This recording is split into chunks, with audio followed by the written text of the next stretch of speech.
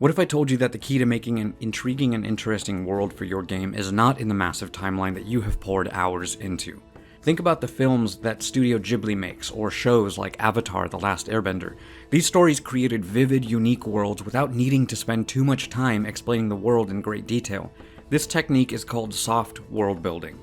Soft world building is a process of slowly introducing elements from the story's setting into the narrative, which helps to build an immersive experience for readers that leaves a lot of open questions, not because the answers aren't there, but because this makes the world more mysterious. By introducing just enough background information to set the stage, readers can fill the rest on their own. It allows them to interpret the world without being spoon-fed every little detail.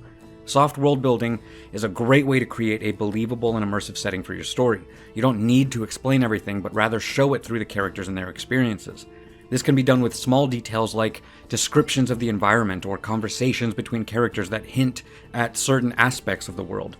For example, in Spirited Away, we see not one, but dozens, if not hundreds of different kinds of spirits. And where does the train in the movie even go?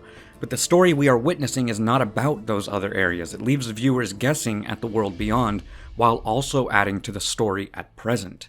You can also use symbols and objects to represent bigger concepts in your story, allowing readers to connect different elements more easily.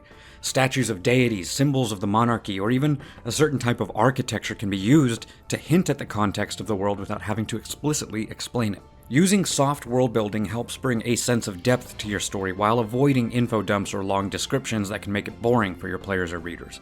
It also gives you more room to explore the world, as your characters will be able to come up with their own interpretations of it without feeling overwhelmed by too many facts and details. When done right, soft world building helps create a believable and immersive setting that readers and players alike can easily get lost in.